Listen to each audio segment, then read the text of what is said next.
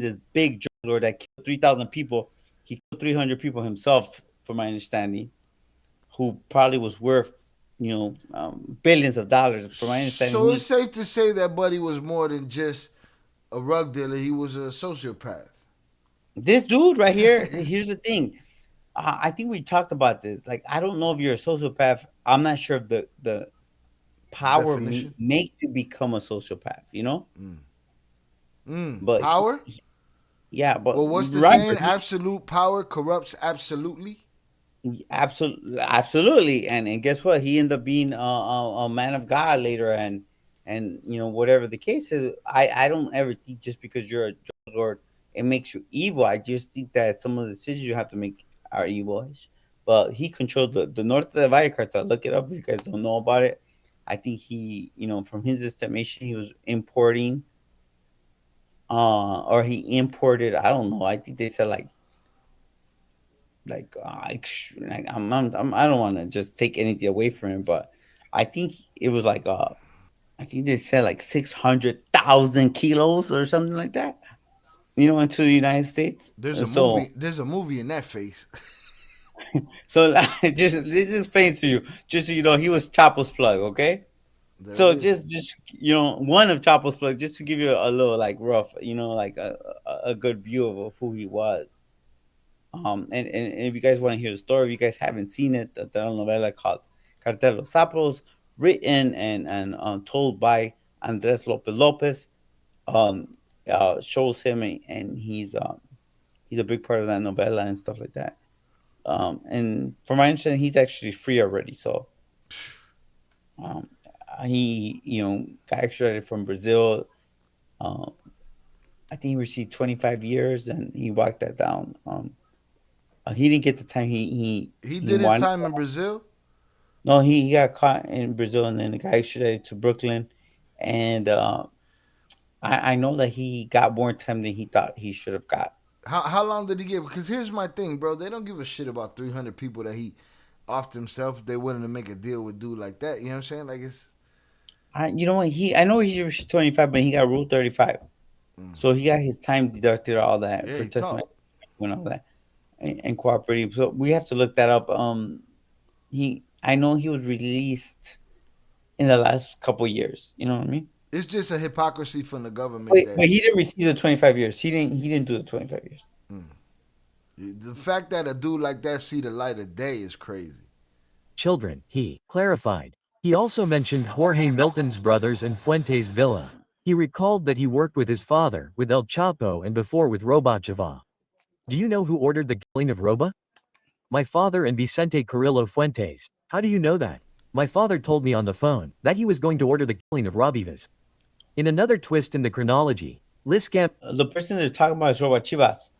Again, another associate of Sinaloa Cartel, another associate of Mayo and Chapo and everyone, and Dolores guys. And again, you hear these, coming from him, that it's the own people, your own friends, the own people in your organization that are sending out to commit hits and murders around against these people. You're hearing it like firsthand. You hear me? This is firsthand testimony. And Robert Chivas was a very important trafficker in the Sinaloa cartel for many years, and you guys could look him up and see different stories about him. So asked Vicentio to talk about a negotiation that took place in mid-2008 in Mexico City. The son of the mayor stated that he was sought out by one of the contacts, Capi Beto. Heriberto Sassueda Godoy. I was taken by a lawyer who had a Pemex ship and who was in contact and in agreement with high-level politicians. They did not want to reveal the names of these contacts to me. They wanted an appointment to see my father. They wanted to invest in a shipment. I made the appointment. The meeting took place in a safe house and several Pemex officials were there, who showed the Capros photographs of the ships with which they intended to so just you guys let you know, Pemex is the official, like it's the oil gasoline company of Mexico. It's controlled by the government. It's owned by the government. And it's basically like there's no other gas station other than Pemex. You get me? And they control the petroleum, the oil in Mexico, the drilling, the making of gasoline. They control it all, and That's one of the main businesses of how government officials and ex presidents actually make their money is through these companies, you know. And for him to state that he actually had a meeting where Pemex officials wanted to invest in a shipment of drugs, okay, and they basically traffic in the black gold, right, of the world, and they want to get him involved in the white gold, you know, that was more lucrative to them. So transport the drugs from South America to Mexico. The transfer was going to be a success. They told my father and compadre Chapo. Was the cocaine transported on Pemex ships? The prosecutor wanted to know. I don't know because months later I was arrested. At that time I still hadn't done the operation. Quote. The prosecutor showed Vicente a photograph of Alexander Cifuentes' villa in a military uniform, armed, and next to the defendant, who was so again, all these people are cooperators, you know, including the first picture of the Cifuentes brother who's in charge of the uh, uh, paramilitary group in Colombia. He was a cooperator, rat. And then you have the younger Cifuentes. I think his name is Alex. And again, he was a close associate, compadre Chapo, another cooperator. And he was actually one of the individuals that was actually caught up in that one phone call, or the second phone call, with my brother, and that recording that me and my brother made against Chapo. So it's just crazy how it kind of all tied in. You know what I mean? dressed the same and carrying large caliber weapons. Vicentio identified the Colombian drug trafficker, noting that he acted as Guzman's secretary. He nicknamed Alexander in Caparo and his responsibility was to coordinate the meetings that were held in the mountains. At that moment, the judge asked the prosecutor not to be repetitive. The lawyer stated that she would take it into account. Did you ever interact with the defendant's sons? Yes, Ivan and Alfredo are the ones I interacted with the most. They were very good friends of my brother's. Contrary to what the judge had asked, the prosecutor asked Vicentio to describe the tricks used to smuggle drugs into the United States. Vicentio repeated much of what other witnesses had already mentioned, but added a method. The cartel workers buy up to 15 private cars every day to hide shipments of drugs, 25 and 30 kilograms. Some of these cars cross the border legally up to 4 times a day. Mr. Zambada Like just say one of the things I hear is that I hear people point out all the time with the border and cross, and you know what's happening now with the administration is that, and I want to highlight is that most of the people that actually cross that border with drugs are American citizens. You know, so I know that we always like, okay, well, you know, Mexican drug cartels are terrorist organizations, but like 80, 70, 80% of those people that cross the borders, you know, with drugs and you know, and participate in these activities are American citizens. So it's something to point out. That something no one ever talks about. You know. So these are American citizens recruited on this side and just doing business. You know that that word recruitment means like someone who doesn't want to do it. I never met someone who was involved in drug trafficking that didn't want to do it. You know, matter of fact, me and my brother turned down a bunch of people who were out thirsty, looking for money, looking, you know, just trying to get into business. You know, so I no one I never met someone that was forced to be in the business, or I forced to do. rephrase that. Even though recruit shit after 9/11, a whole lot of people ran to that recruitment offenses. They wanted to do what they wanted to do. But I rephrase that. Just people that's just doing business, giving a job, doing business. Americans on this side of the border Yeah, that their yeah, job is to go absolutely. across. We just heard a story. We just covered a story recently about a Utah couple with Pemex, like you said. They switched to black gold. He had stolen tankers and shit. Switched to black gold for the white gold. But these are Americans on this side that are hired for the job, huh? Yeah, I mean, hired. I just want to tell you again, they are begging for the job. Mm. You know, this is from again my from my knowledge, from my experience, right? What I've seen. In 2008, Abelino was in charge of building the tunnels on the US border for my friend Chapo. How do you know? My father told me, my friend Chapo told me. I was arrested when Abelino was building a tunnel in Tijuana. Regarding the Flores twins, the witness admitted to having met Oh man, you know what? You want to talk about those highlights? about the tunnel. I just don't believe that he says that. Oh yeah, one tunnel, man. He knew. Here's the thing. Now I'll take that back. We use those tunnels. You asked me where they were at. I'm gonna tell you what area. I don't fucking know. I didn't. We didn't care about who knows. And that goes the same for shot for Vicente. He doesn't know that. That's like minute to him. You get me? It's not even a big issue. Like you have people who do that job. No one needs to know where they're at, where they're located. All they need to care is that they're there. In 2005 during a meeting held in Culiacan at his father's house. He noted that they worked with German Olivares and were major buyers and major distributors of cocaine in Chicago. On one occasion, in 2008, he said, the Flores brothers helped the Sinaloa cartel obtain weapons in the United States to confront the Beltran Leyva, Vicente Carrillo Fuentes and the Adas, organizations with which they were at war. Who is Cesar Gay? Y'all was running guns and shit, huh? Was that in the proffer? You know what? That wasn't proper. It's something we don't like to talk about because we don't want to give the wrong impression.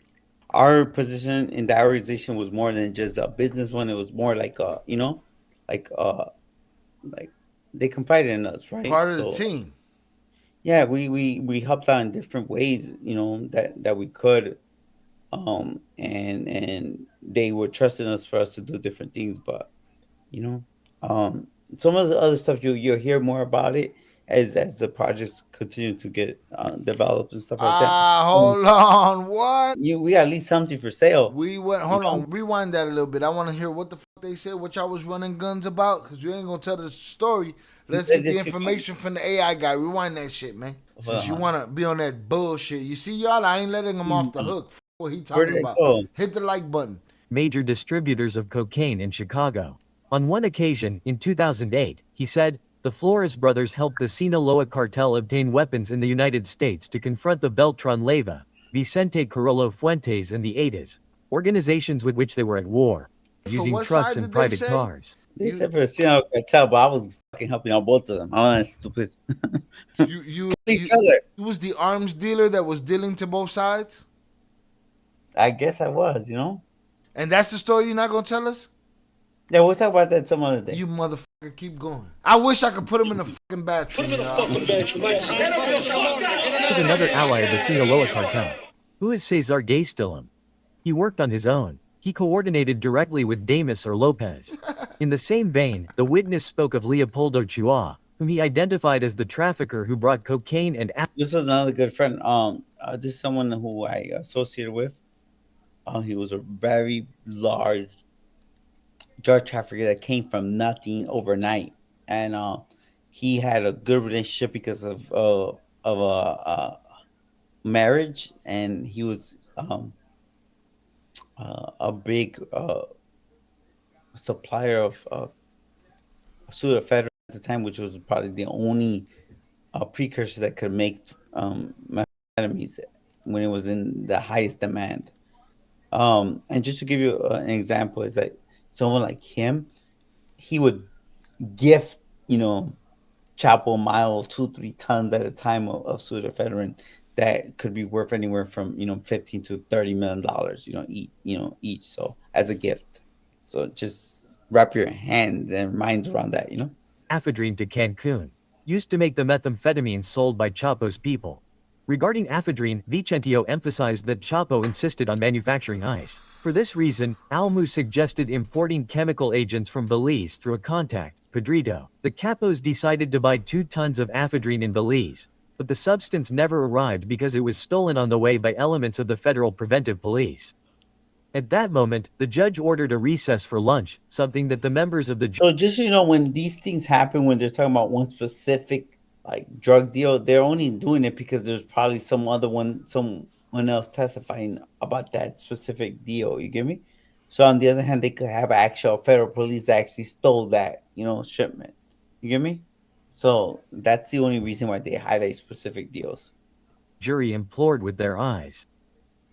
Reporters were able to confirm with the defense that Chapo's wife would not be attending the hearing. Emma had gone to Mexico with her daughters, who had only been able to see him on the day the judge gave them permission. Upon their return, the prosecutor asked, "Did you traffic cocaine in submarines?" Quote, "I received a submarine off the coast of Sinaloa and in 2008, Juancho told me that he had seized a submarine with 10 tons of cocaine that belonged to my father and my friend Chapo. The prosecutor So AI, right? I think what he's relating to is that they were, sending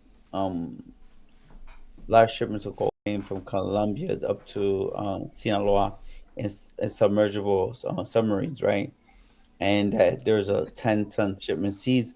But again, at that time there was plenty.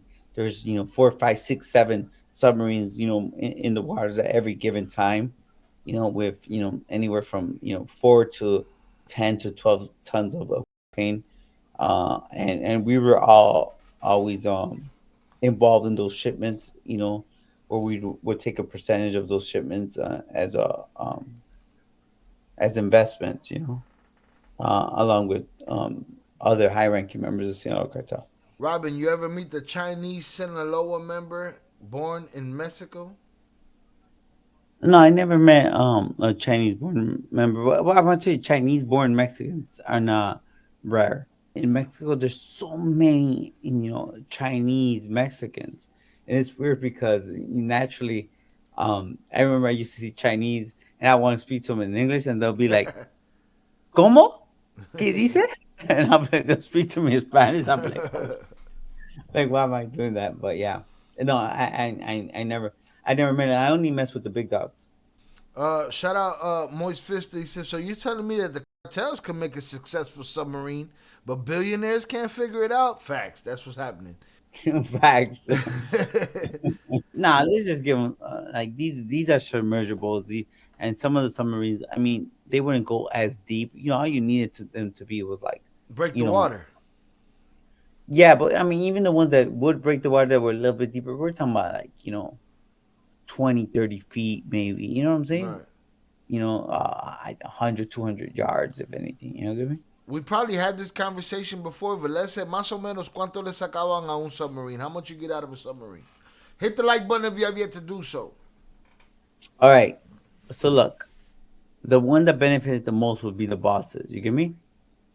And their ultimate, like their biggest come up was that if, like, for instance, that submarine that they got caught with the 10 tons, like there was four other submarines, right? And then they would go and tell everyone else that was like invested in the submarines, hey, they got caught, and then they keep all the money. Right. So it was like if A even circle when they, jerk. yeah, even you thought you lost, they would have come up, fucking shit, 4 or 5, come up with like 25 tons, 20 tons. You get me? For free for them. You get me? At that time, the worth each key in Mexico, like landed, was $15,000. So imagine, that shit. We talking about 20 tons. You know, that's a lot of money. You get me? Right. No, and you We're talking. said you got the card on one of those. Like, don't worry, yours is good, but everybody Yeah, we're else has good. Like, disappeared. we're talking about $300 million. You know what I'm saying? Yeah. Shit. Yeah, but ultimately the bosses made the money, and they weren't stupid either. They were tight. So each of the submarines will vest like 1,000, or at the most 1,500 kilos each. You get me? So their investment was minimum in those. But again, it's not about the money you have; it's the connection, the respect you have, and those and how much money you could make. Rome that guy, yo Jay. Without the Mexicans, why do you think the Colombians can still get weight in the U.S.? What percent to the Mexicans get? Do the Mexicans get for helping the Colombians? I mean, technically they can't. So whatever percent they get, it's never gonna go. 50-50 is a high reach. They'll probably like they literally probably do like 70-30, 70% Mexicans, 30% Colombians, or 60-40. It depends on what they're gonna do, but they're never gonna go less than 50, meaning 50-50. But Mexican drugs cartels are gonna control that part of it unless Colombians use Puerto Rican organization, more Caribbean DRs, or they ship it on their own through ports of the U.S. Yeah, Vancouver was one of our distribution points in Canada. asked Vicentio to explain to the jury how Oh shit! shipments were handled by submarine. Staring intently at Chapo, she stated that the suppliers were given the coordinates of where the semi-submersible should arrive. At that point, 7 or 10 speedboats were waiting for it. How are the profits from drug sales collected and where is the money sent from the United States? It is returned to Culiacan in the same way that drugs are sent, in the same transports. After Culiacan, the Colombians' share is sent to Mexico City so that it reaches them through exchange offices or by plane. Who does the Sinaloa cartel pay bribes to? The municipal police, the state police, various political friends, the military, the PFP, and the PGR. AKA everyone.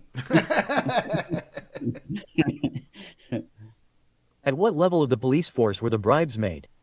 State and municipal police commanders and their directors. Who do they call the Yankee? The commander of the PGR.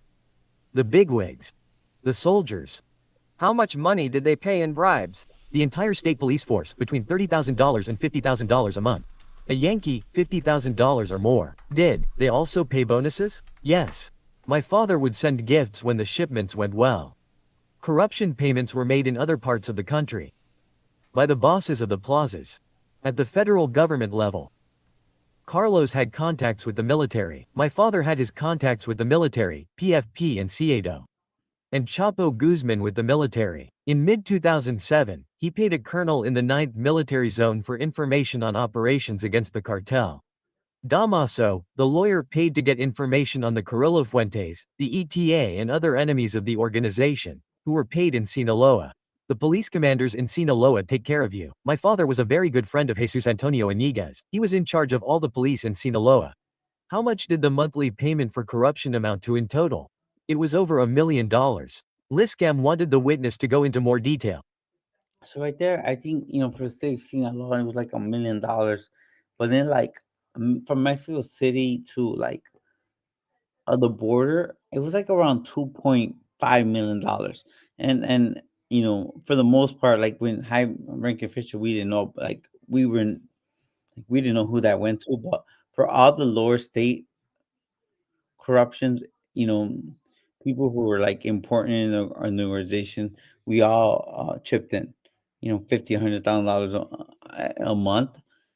And honestly, when I did the math, I was like, shit, they used to profit $1 million, $2 million off of that. You get me? Because we all chipped in to pay for government protection. So just think about it. You have 25 people like me and my brother's organization all chipping in 50, $100,000 or more. It's almost like they're making money off of this shit.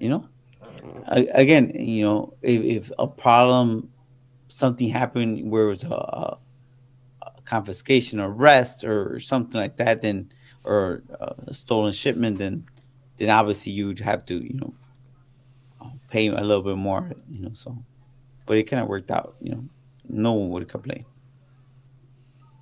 To give names of Mexican military personnel on the cartel payroll, I took General Antimo de Culiacan to meet my father. He was a major general officer in the Defense Secretariat.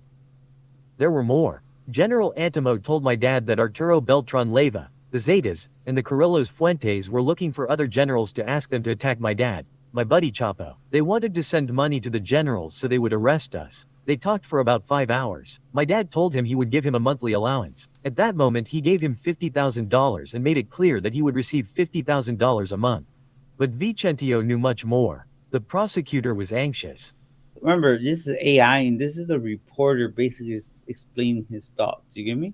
Sharing his thoughts of what he was seeing. So, like, he's explaining that Vicente was getting anxious, but I would love to actually get the transcripts of word for word of everything that was said. You get me?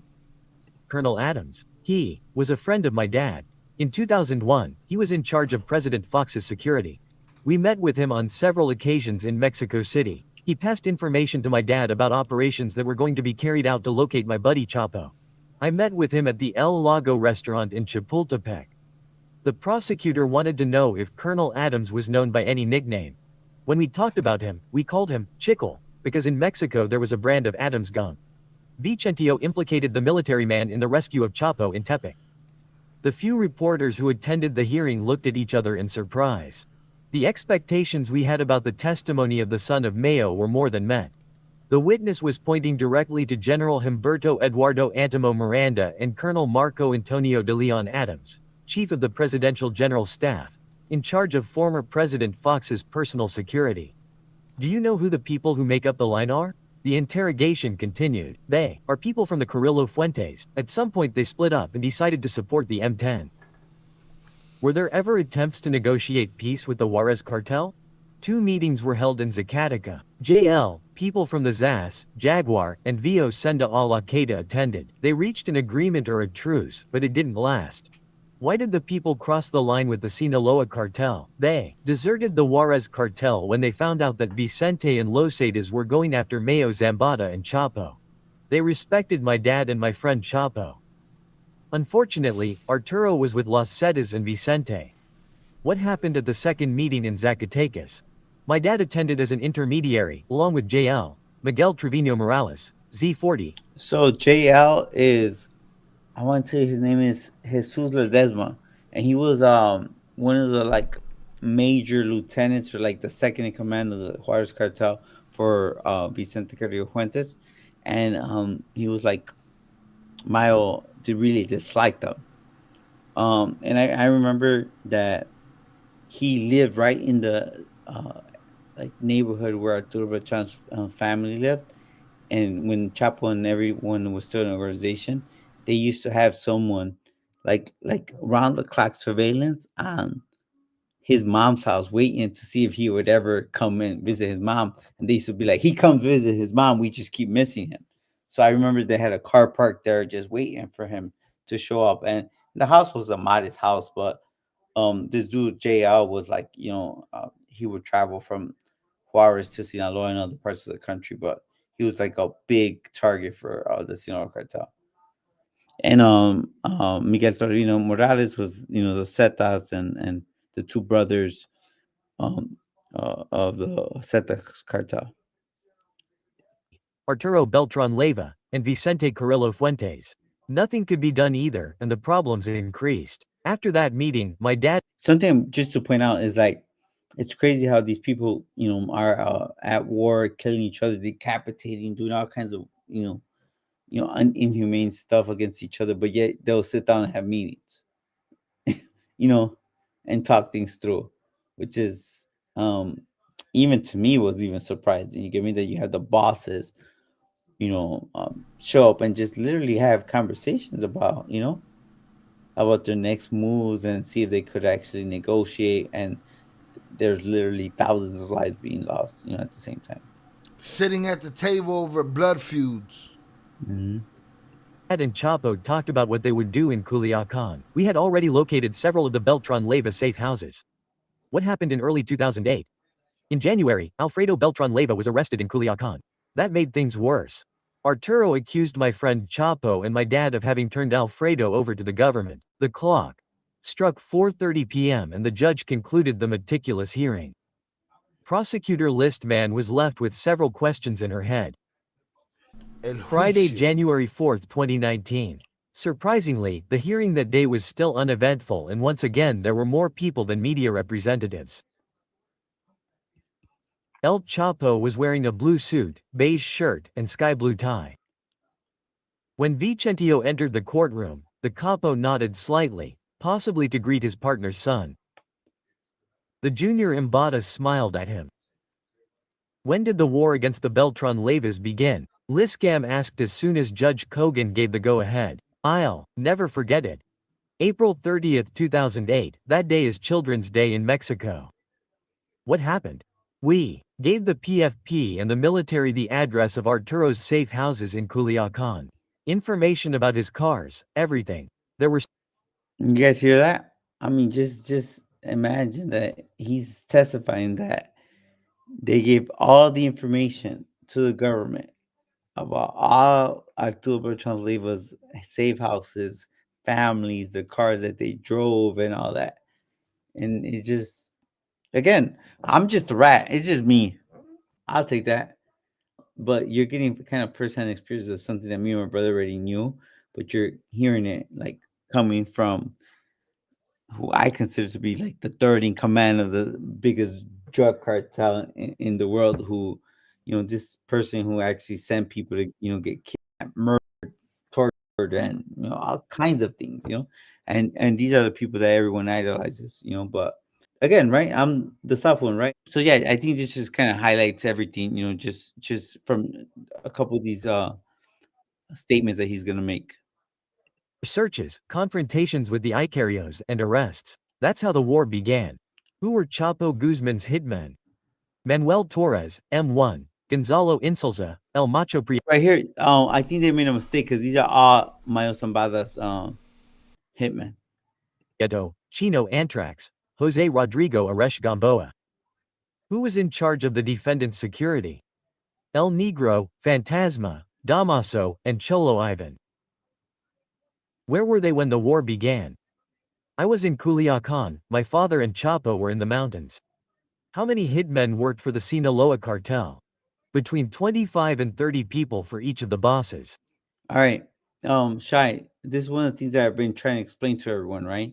That people always think that the cartel like this huge organization, like most of the people you see are all like work for people under, you know, at different fractions of the organization. But he says to himself like each boss had 20, 25 people, and that's what makes up the structure. You get me? All of those 25 people have more associates, more underlings, and so on. You get me? But truthfully, the people who are directly associated with the hierarchy of the drug cartels are very few, and he states it here. So As evidence, the prosecutor presented the jury with a photograph of Chapo Guzman with Cholo Ivan when they were arrested in Los Mochis. Vicentio said that after the war against the Beltran Leyvas began, he only stayed in Culiacan for about 2 months. I was a priority target for the Beltrans, they wanted to kill me. In fact, a major from the Sedena informed him that the Beltran Leyvas had the details of the car in which his wife was traveling. The Beltrans ordered their subpoenas to kill my wife and then send me her head. Vicente Zambada Niebla's family moved to Mazatlan. There were many deaths, many attacks against the PFP. The government was on our side. Questioned by the prosecutor about the weapons used in the war, Vicente mentioned all the automatic and semi-automatic rifles that came to mind. M16, R15, AK-47, 50 caliber. El Hijo del Mayo emphasized that all those rifles were purchased in the United States. It caught my attention that my American colleagues like Alan Fair of the New York Times were unfazed by the statements of the witnesses who demonstrated the role of the United States in the drug war. you see, I like this part where he's highlighting, saying, "Hey, he just gave crazy information about where all the weapons come from and all that, and no one cared." You get me? Because the emphasis was on Mexican drug cartels. No one cares about what the U.S. side of it of the responsibility, like what they have. It just they care about what Mexican drug cartels are doing. You get me?